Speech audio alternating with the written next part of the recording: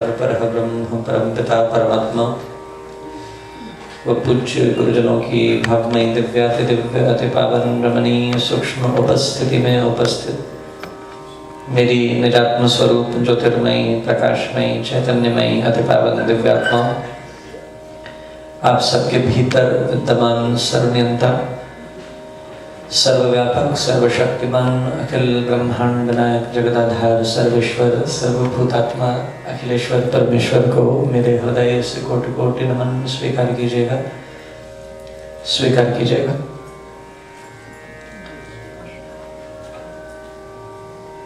प्राणी को अपने ध्येय पर सदैव केंद्रित रहना चाहिए।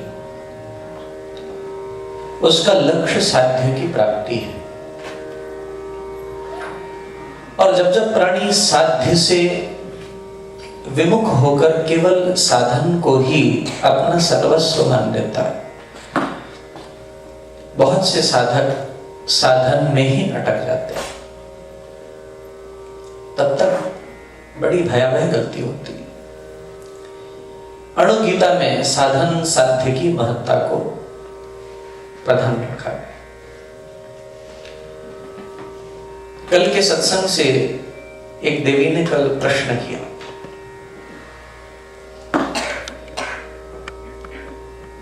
यदि आपके गुरु पूर्व से आपके कुल के गुरु हों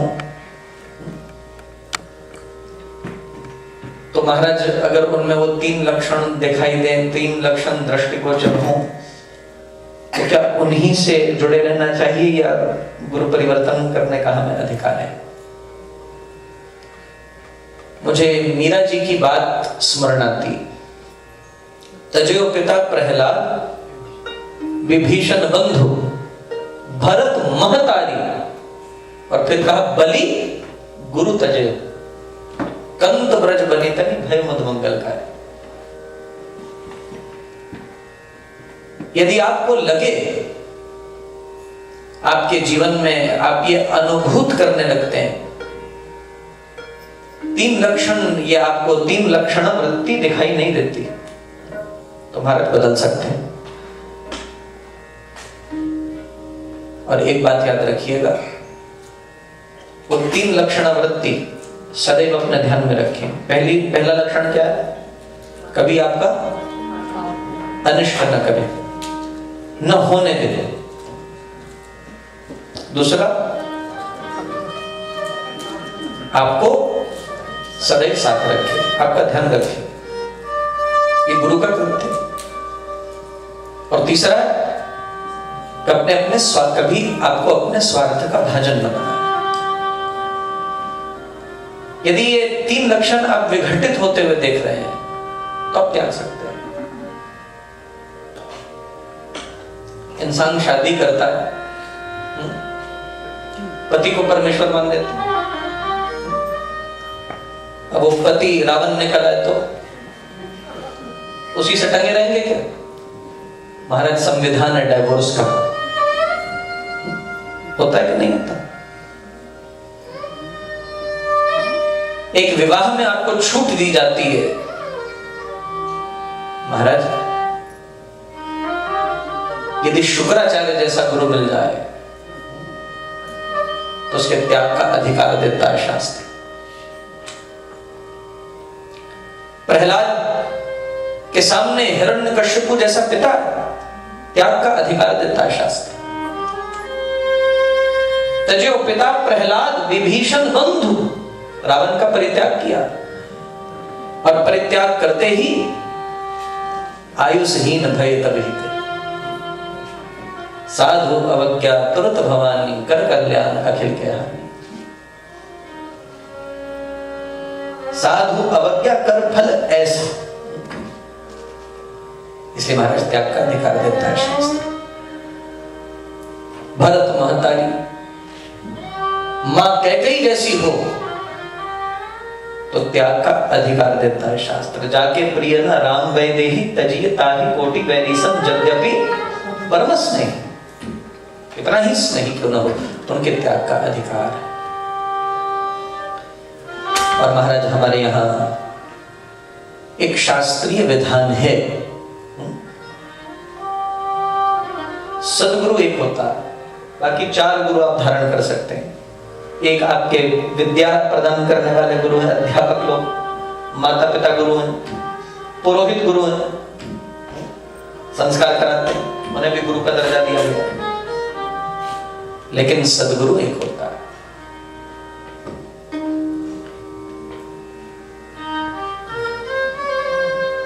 और बलि के सन्मुख साक्षात नारायण आकर खड़े हो गए हैं वामन रूप में। और जब वामन आकर खड़े हुए, बलि ने भगवान को देखा, भगवान के स्वरूप को देखकर विमोहित हो गया। भगवान तो नेत्रों से बात करते हैं महाराज, इसलिए इनके नेत्रों की बड़ी महत्ता है। और ठाकुर ने जब नेत्रों में नेत्र डाले, बलि विमोहित हो गया। भगवान से पूछने लगा, क्या चाहते हो? भगवान ने कहा, मैं बहुत कुछ नहीं चाहता, मुझे केवल 3 पग भूमि चाहिए। बलि ने कहा, बस 3 पग? जिसको बलि ने दिया है ए ब्राह्मण, फिर उसे कभी मांगने की किसी दूसरे से आवश्यकता नहीं पड़ी। इतना मांग ले कि तेरी आजीवन इच्छा पूर्ण हो जाए। भगवान बलि पे हंसने लगे। बलि इतने अहंकारी शब्द नहीं बोलते। तेरी इच्छा पूर्ण हो गई तो 100 अश्वमेध यज्ञ क्यों रच रहा? जिसकी स्वयं की इच्छा पूरी न हुई हो, वह दूसरे को इच्छा पूर्ति का उपदेश दे, वह उसे शोभा नहीं देता। 3 पग भूमि दे सकते हो तो बता। बलि ने कहा, मैं तैयार हूं। ये नारायण है महाराज, इनकी माया बड़ी विमोहनशीला है। इनके प्रपन्न होने वाला, इनके आश्रित होने वाला तो माया से पार हो जाएगा, दूसरा तो माया में रोता खा जाता है महाराज। देवी ह्यशाम गुणमयी मम माया दुरत्तय मामैव ये प्रपद्यन्ते। ये तो भगवान अपने मुख से बता रहे हैं। मेरे प्रपन्न होगा, मेरे आश्रित होगा, मेरे को ही नमस्कार करेगा, मुझे ही प्रणिपात करेगा, तो ही उसका बेड़ा पार। इससे खुला और क्या बोले? मामैव ये प्रपद्यन्ते। हे अर्जुन, उसे माया में ताम तरन्ति थे, उसे मैं अपनी माया से पार कर देता हूं। वो बलि तो आश्रित हो गया। शुक्राचार्य आ गए। शुक्राचार्य ने आकर कहा, बलि ठहरो, गुरु है। शुक्राचार्य आकर कहते हैं, ठहरो, तुम्हारा हित नहीं है, तुम जानते नहीं तुम्हारे सामने कौन खड़ा है। महाराज लगन हरि से लगा बैठे, जो होगा देखा जाएगा। ये जहां तुम पर लौटा बैठे, जो होगा देखा जाएगा। कभी दुनिया से डरते थे, छुप छुप नाम जपते थे, लोग पर्दा हटा बैठे, जो होगा देखा जाएगा। ठाकुर जी सन्मुख खड़े, विमोहित हुआ बलि शुक्राचार्य को कहता है, महाराज अब तो मैं संकल्प कर चुका हूं 3 पग भूमि दान का। बोले, तुम नहीं जानते, साक्षात नारायण है, ये छलियां है, छल के सब कुछ छीन लेंगे तुम्हारा। महाराज शुक्राचार्य की बलि ने एक न सुनी। और कहते हैं शुक्राचार्य को जो पंचपात्र होता है नली वाला, उसमें लघु रूप धारण करके अनामिका सिद्धि के स्वामी शुक्राचार्य उसमें प्रविष्ट हो गए, ताकि पंचपात्र से जल ही ना निकले। अब जल नहीं निकल रहा था, संकल्प करना था, तो बलि ने क्या किया, तिनका लिया। और तिनका लेके जैसे ही अंदर मारा, जाकर शुक्राचार्य की आंख में लगा। तो वृंदावन के भक्त कवियों ने लिखा, लेता है कोई, देता है कोई, तूने आंख बेकार कर खोई। ले कोई रहा है, दे कोई रहा है। लेता है कोई और देता है कोई, तूने आंख बेकार में खोई। महाराज यहां पर अधिकार देता है शास्त्र। यदि गुरु शुक्राचार्य जैसा हो तो फिर उसका त्याग कर सकते। अणु गीता में साधन साध्य की महत्ता को बताया गया। तृतीय गीता है उद्धव गीता, श्री कृष्ण की तीसरी गीता जो उद्धव से जुड़ी हुई है। उद्धव भगवान के अनन्य भक्त भी हैं और सखा भी है। और कृष्ण से निराले देव नहीं हो सकते। इन्होंने अपने भक्तों को सखावत अनुभूति कराई। हे कृष्ण, हे यादव, हे सखे, गोविंद दामोदर माधवेति। श्री कृष्ण के पश्चात किसी का नाम आता है तो वह उद्धव जी का नाम आता है। भगवान ने इन्हें इतना ऊंचा इसलिए बनाया है कि संसार के विषय इन्हें अपनी ओर आकृष्ट नहीं कर पाए, और कृष्ण का संग किया है उद्धव ने। भगवान श्री कृष्ण अवतार लेकर पृथ्वी का भार उतारने के लिए आए हैं। कुछ भार बलदाऊ जी महाराज ने उतारा है, और जो दुर्योधन आदि आसुरी प्रकृति के राजा हैं, वे पांडवों को निमित्त बनाकर भगवान ने मरवा दिए, अंत कर दिया। और अभी यादवों को भी विनष्ट करना, ये भी काम भगवान के जिम्मे। और ठाकुर जी यादवों को विनष्ट करने के लिए प्रतिज्ञाबद्ध हैं। भले ही मेरे वंश में पैदा हुए हैं, वे अनाचारी हैं। याद रखिए, अत्यधिक लक्ष्मी आ जाने से बुद्धि विकृत हो जाती है। महाराज, व्यक्ति सद्विचारों से विमुख हो जाता है। लक्ष्मी का प्रचुर प्रभाव, लक्ष्मी का बाहुल्य में व्यक्ति की बुद्धि को विकृत कर देता है, उसे विषयी संगी बना देता है, विषयानुरक्त करता है। यादवों को भी बहुत सी लक्ष्मी प्राप्त हुई और उनमें विकृति आने लगी, वे व्यसनी बनने लगे। और एकदा तो एक संत का पदार्पण हुआ और सांब नामक युवक को झूठा गर्भ बनाकर संत के सन्मुख ले गए। मदिरा सेवन करने वाले, व्यसन करने वाले, पंच महापापी, उग्रतम पाप करने वाले ये यादव, इनकी मति इतनी भ्रष्ट हुई, एक युवक को युवती का स्वरूप बना, उसका झूठा गर्भ बना के संत के पास जाकर कहते हैं, महाराज इसको बालक होगा या बालेगा? लोग ऐसा उपहास भी कभी करते हैं। और महाराज याद रखिए, उपहास के भी अपने दायरे होते हैं, उसकी अपनी सीमाएं होती हैं। कैसा उपहास कहां और कब करना चाहिए, उसकी अपनी सीमाएं हैं। किससे करना चाहिए?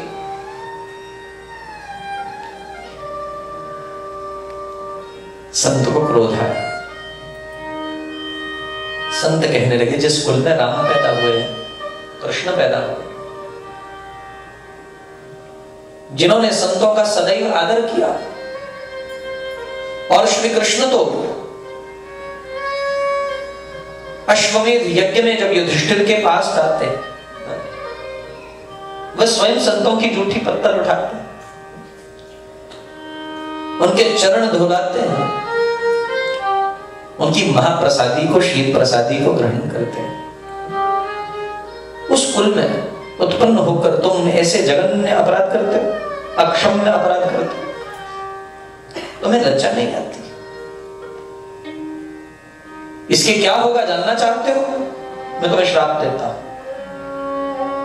इसके न बालक होगा न बालिका होगी, इसके गर्भ से 9 मास के बाद मूसल उत्पन्न होगा, जिस मूसल से लड़ लड़कर तुम सारे यादव विनष्ट हो जाओगे।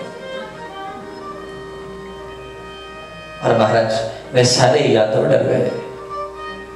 सारे यादवों ने संत के चरणों में प्रणाम किया और प्रणाम करके कहने लगे, महाराज हमें क्षमा कर दे। गुरबाणी में कहते हैं, साध का केह सहज स्वभाव, साध का केह वृथा ना जाए। साधु सहज बोलता है महाराज, उसकी वाणी वृथा नहीं जाती, ईश्वर उसकी वाणी की रक्षा करते हैं। इसलिए संतों के सम्मुख सावधान होकर वार्ता करनी चाहिए। गुरबाणी में कहते हैं, बाबा बोलना क्या कहिए, जैसे राम नाम रब रहिए, संत मिले किछ सुनिए कहिए, मेरे असंत मस्त कर रही। बोलत बोलत बड़े हैं बेकारा, बिन बोले क्या करे बेचारा। कह कबीर छूछा कट बोले, परया हुए सो कबहू न डोले। वाणी का संयम ये बहुत आवश्यक है। महाराज आप क्या बोल रहे हैं? उन शब्दों का आघात जो सामने वाले को होता है, वो उससे इतना संत्रस्त हो जाता है, वह इतना पीड़ित होता है, उन घावों से उभरना उसके लिए असंभव सिद्ध होता है। इसलिए कहते हैं वचन विचार के बोलिए, वचन के हाथ न पाओ। वचन विचार के, महाराज मुझे याद है, आप कर लीजिए। वचन बोलिए क्योंकि वचन के हाथ न पाओ। जो मुंह से निकल गया, कोई हाथ पैर नहीं है लौट कर वापस आ जाए। वो तो क्या, एक बार जो तीर छूट गया महाराज कमान से, वो तो जाकर अपना कार्य करेगा। इसलिए बोले वचन विचार के बोलिए, वचन के हाथ न पाओ। एक वचन करे औषधि, एक वचन करे घाव। बड़ी सहिष्णुता होनी चाहिए।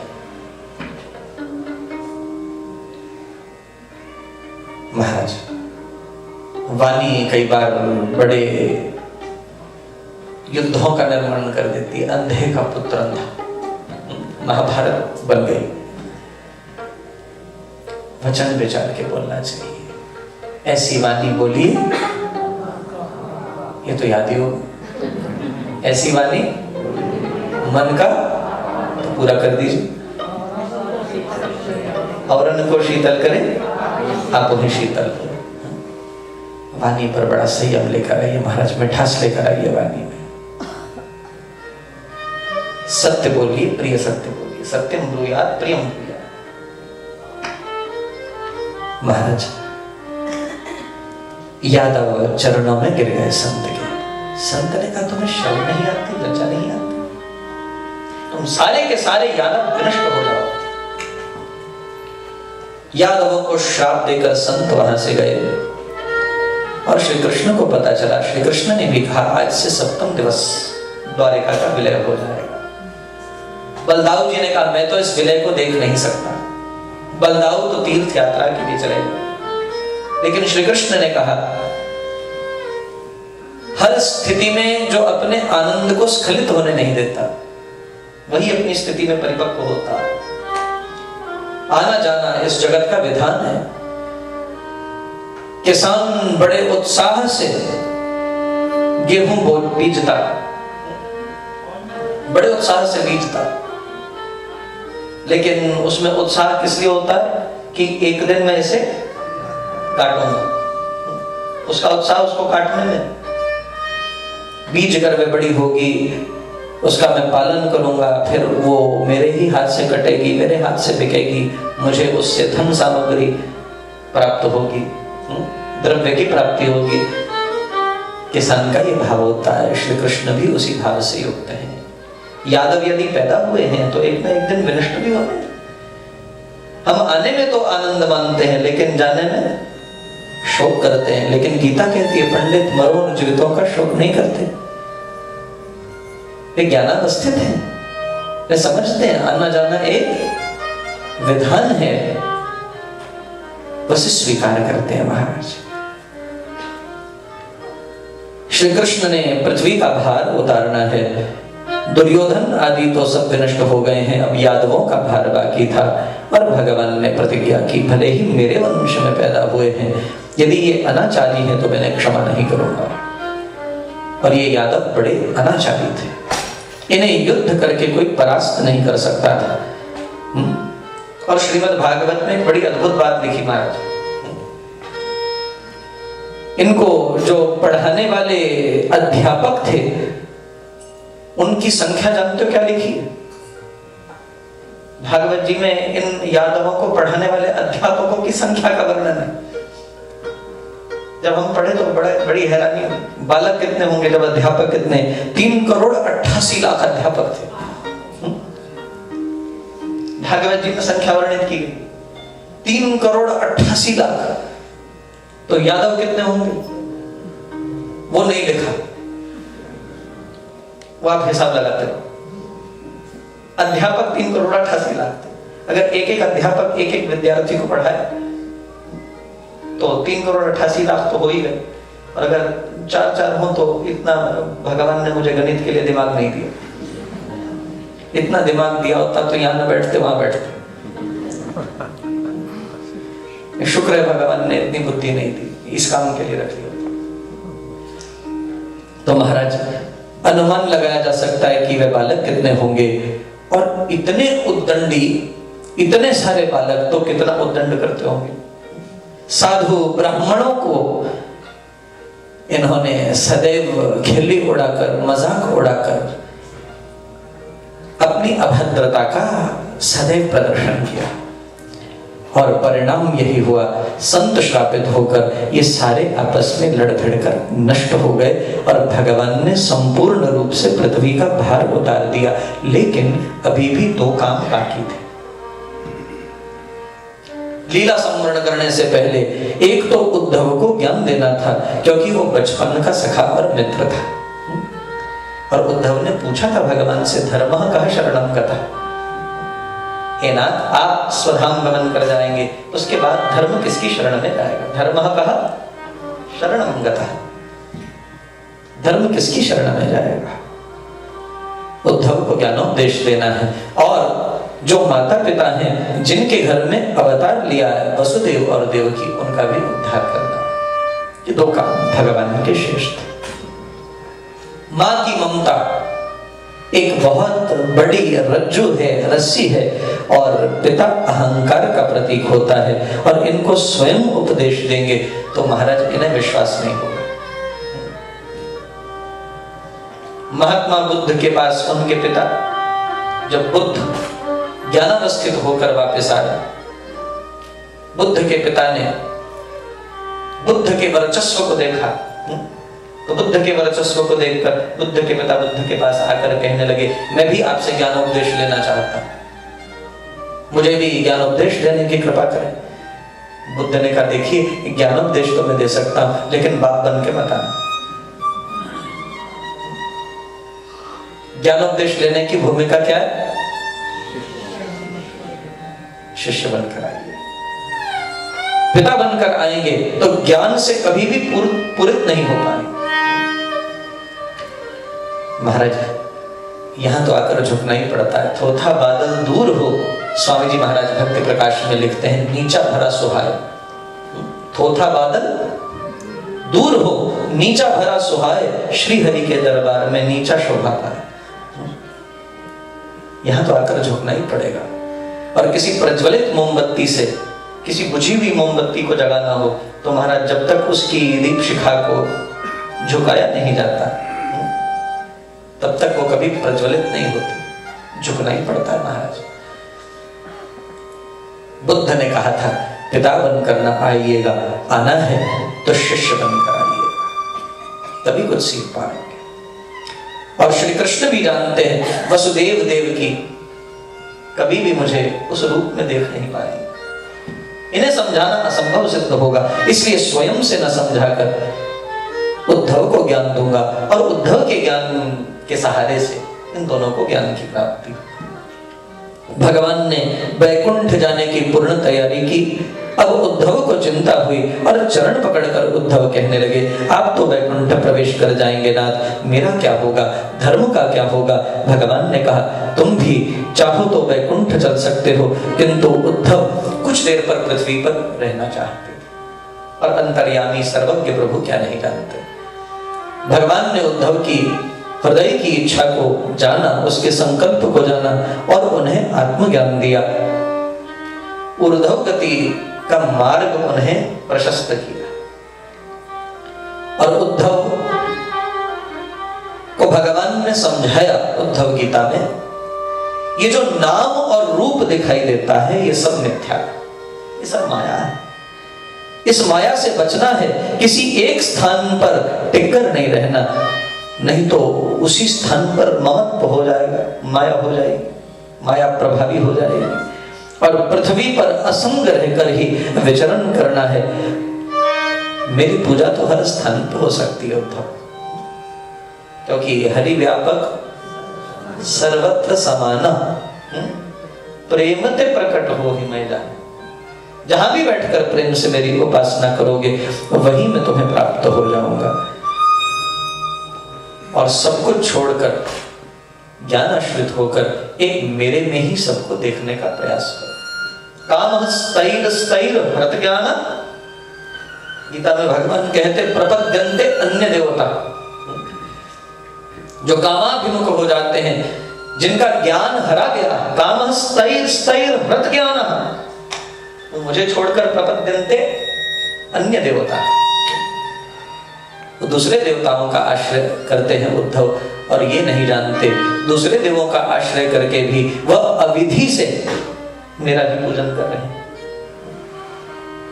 इसलिए हमारे यहाँ एक श्लोक बोला जाता है, आकाशात् पतितम तोयम। आकाश से कोई भी बूंद गिरे, अंत तो गत्वा उसका विलय जाकर किसमें होगा? सागर में होगा। सर्वदेव नमस्कारम केशवम प्रतिगच्छति।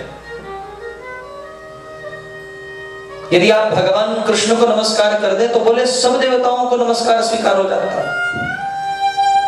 सर्वदेव नमस्कारम केशवम प्रतिगच्छति। इसलिए महाराज श्री कृष्ण समझा रहे हैं उद्धव को, हे उद्धव, मैं ही सब में हूं, मेरा ही दर्शन सर्वत्र करने का प्रयास करो। और हे उद्धव, यदि मुझे वश में करना चाहते हो तो केवल सत्संग करो। जो सत्संग करते हैं, आदि जगत गुरु शंकराचार्य भगवान ने उनके लिए बहुत सुंदर लिखा है। उनकी अंतिम परिणति क्या होती है, बड़ा सुंदर श्लोक है। 2 मिनट के लिए हम ताल सहित आए, मालकाओं राग में, कहरवा ताल में, भावर प्रेम सहित। सतसंग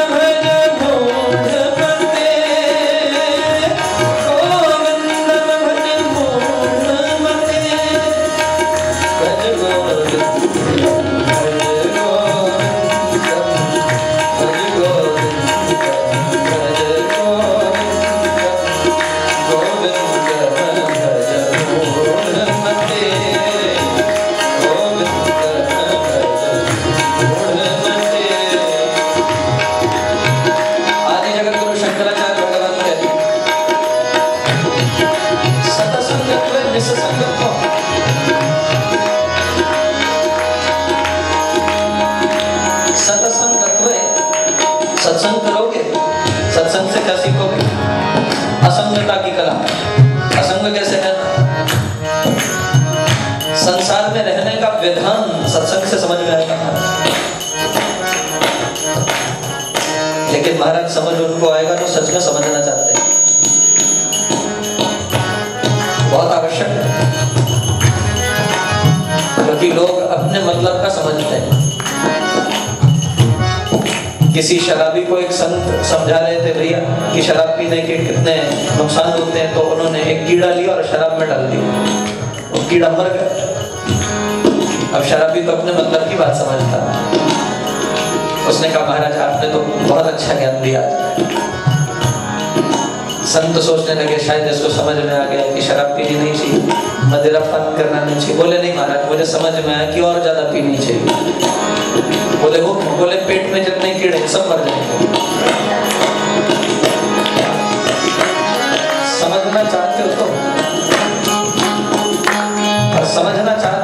असंगता की कला।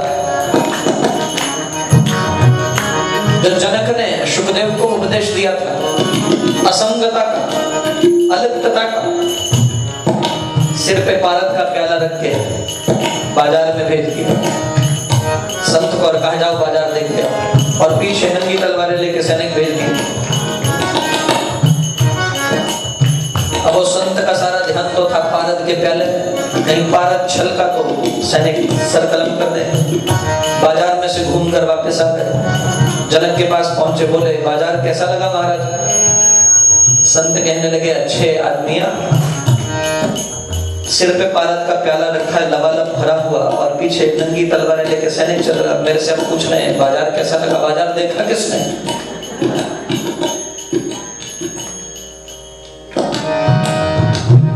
बाजार से गुजरा हूं, खरीदार नहीं हूं। बाजार से गुजरा हूं, खरीदार नहीं हूं। संसार में आया हूं, तलबगार नहीं हूं।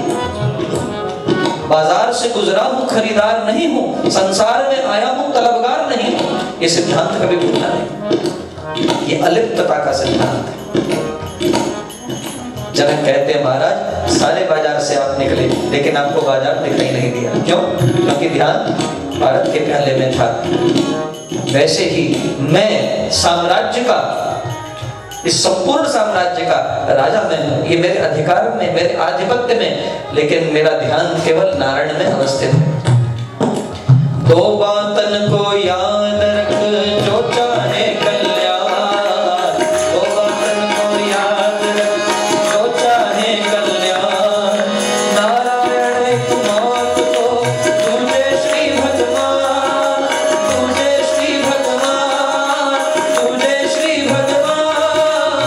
दो बातन को याद रख जो चाहे कल्याण, दो बातन को याद रख जो चाहे कल्याण की इच्छा रखते हो तो सत्संग से क्या सीखोगे? असंगता की बात। अपना ध्यान कहाँ रखिए। जैसे पनिहारिन छोटी छोटी पगडंडियों पर चलती हुई अपनी सहेलियों से बात करती है, लेकिन सारा ध्यान किसमें रखती है? गागर में रखती है। संसार में रहने की ये विधा है, असंगता की कला। महाराज यहीं से सीखोगे। इसलिए भगवत पाद आदि जगत गुरु शंकराचार्य भगवान कहते हैं सत्संगत्वे सत्संगत्वम्, सत्संगत्वे सत्संगत्वम्। सत्संग से असंगता की कला है। इसलिए ठाकुर क्या कह रहे हैं? निरंतर सत्संग करो उद्धव। संतों